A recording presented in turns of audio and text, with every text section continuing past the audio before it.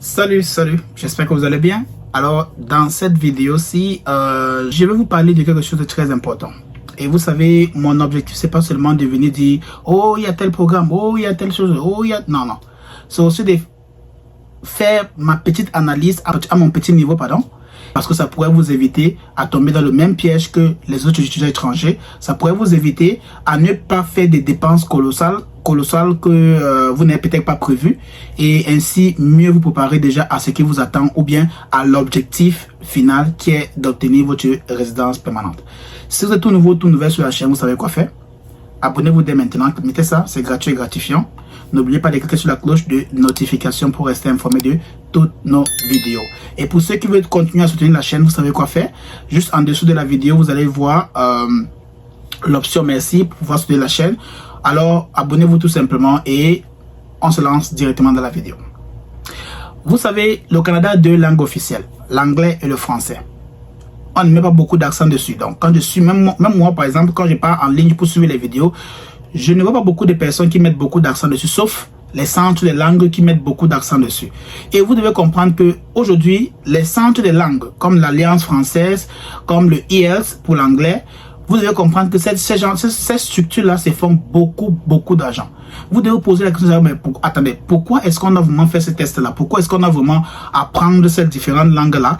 Parce que vous venez vous intégrer dans une communauté, dans une société qui ne vous appartient pas, ou bien qui n'est pas de vos origines. Donc, si vous voulez rester dans cette communauté-là, vous devez apprendre ces langues-là. Et aujourd'hui, au niveau du Canada, ce que vous devez savoir, c'est quoi? C'est que vraiment, toutes les personnes, tous les individus, que vous soyez étudiants étrangers, travailleurs permanents ou temporaires, visiteurs et consorts, dès lors que vous maîtrisez les deux langues, donc ça veut dire que vous êtes bilingue, anglais et français, sachez que vous apportez une valeur vraiment très importante dans l'économie du Canada. Donc, toi qui parles français et qui te dis, bon, moi je vais aller étudier au Québec parce que je sais que j'ai des amis là-bas, j'ai la famille là-bas qui sont là-bas depuis, ça fait tellement...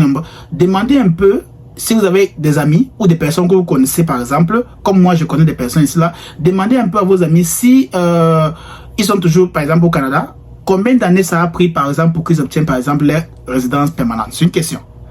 Demandez-leur combien de temps ça les a pris s'ils sont venus en tant qu'étudiants. Après les études, après le travail, combien de temps ça a pris pour qu'ils obtiennent la résidence permanente. D'autres personnes, ça va prendre moins de temps, dépendant du métier qu'ils font actuellement. Donc, ce qui fait que c'est un avantage pour eux.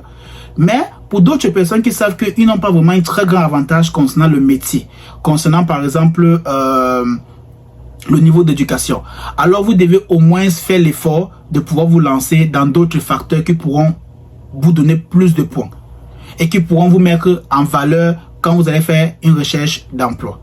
Donc, la première des choses, l'étoile montante même de ce qui est la définition culturelle du Canada, c'est le bilinguisme.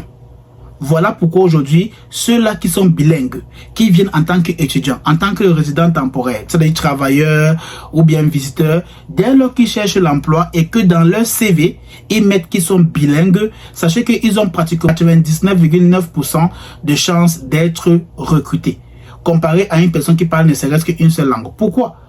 Parce que les entreprises ne veulent plus se voir recruter des agents qui parlent une seule langue et pourtant ils savent qu'ils servent des clients en français et en anglais.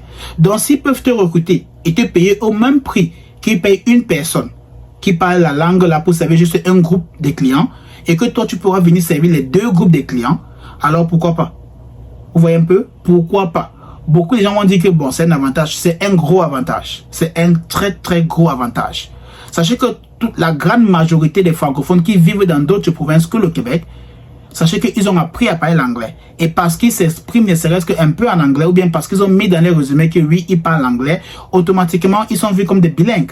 Et si tu es bilingue, sache que tu auras 2 fois plus d'opportunités qu'une personne qui parle juste une seule langue. Donc, c'est la première chose pour vous, étudiants étrangers, qui venez au niveau du Canada et qui avez pour ambition de financer vos études dès la 2e année.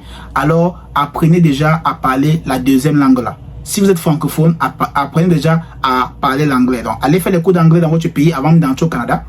Si vous êtes anglophone, apprenez à parler le français. un autre conseil que moi je vais donner, c'est quoi? C'est que vous savez, je comprends très bien quand on part dans un nouveau pays, on aimerait être dans une communauté où vraiment il y a des personnes qui parlent la même langue comme nous. Là, ça permet à ce qu'on puisse s'intégrer facilement. Je le comprends, c'est normal. Mais quand vous venez dans un pays comme le Canada, ce n'est pas un pays où on vient découvrir des choses. Non. Quand tu viens en tant qu'étudiant, tu viens pour ton futur, tu viens pour ta vie. Donc tu dois aller dans un milieu où tu sais que tu pourras obtenir un avantage maximal. Si tu sais que tu pars dans une province comme le Québec, où tout le monde parle français, quel avantage tu apportes? Quel avantage tu auras dans cette province-là que d'autres personnes qui sont là n'ont pas? Tu vois un peu? Mais par exemple, si tu es francophone et tu viens étudier dans une province comme Ontario, par exemple, tu sais qu'à Ontario, la langue la plus parlée, la plus répandue partout en Ontario, c'est l'anglais. C'est vrai que le français est là, mais le français, ils sont vraiment dans le côté nord de l'Ontario et c'est une petite communauté pour le moment. Donc je pense que la grande majorité des personnes qui viennent étudier à Ontario sont beaucoup plus à l'est ou bien beaucoup plus vers l'ouest. Donc ce qui fait que toi qui viens étudier à Ontario, tu auras pour obligation de connaître l'anglais là. C'est obligé pour toi. Si tu veux vraiment t'intégrer dans Ontario. Donc ça c'est un exemple. Hein. Donc tu dois parler l'anglais là. Et en parlant l'anglais ou en ayant une communauté autour de toi qui parle anglais, ça va te pousser à connaître la langue. Ça va te pousser à connaître d'autres choses que tu ne connaissais pas. Ça va t'amener à des découvertes.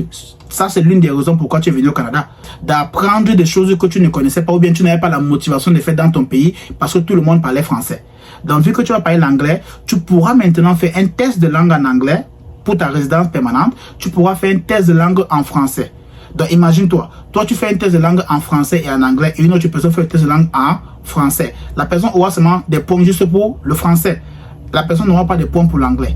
Donc, tu vois que tu as un gros avantage pour toi. Donc, le bilinguisme, c'est un avantage maximal et vraiment c'est le point de focus de beaucoup d'avocats en immigration aujourd'hui. Grâce aux séances de conférences que j'ai assistées, les avocats mettaient beaucoup plus l'accent sur le bilinguisme.